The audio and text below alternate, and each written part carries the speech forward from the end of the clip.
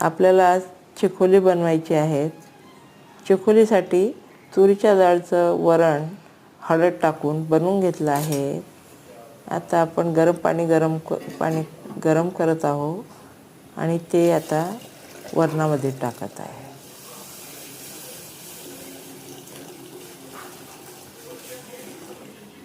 आता त्यामध्ये थोडंसं मीठ टाकायचं आणि कणिक मळून घेतली होती. तिला आता चपाती बनवून आपल्या आवडीनुसार शेप द्यायचा आणि कापून घ्यायचं. आता वरण उकळत आहे आणि त्यामध्ये आता चिकोली आम्ही सोडत आहोत.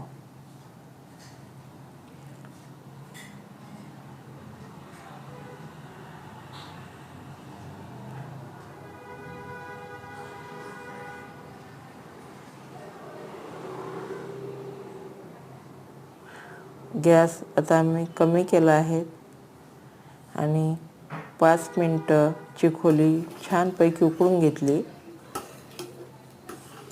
आता आपण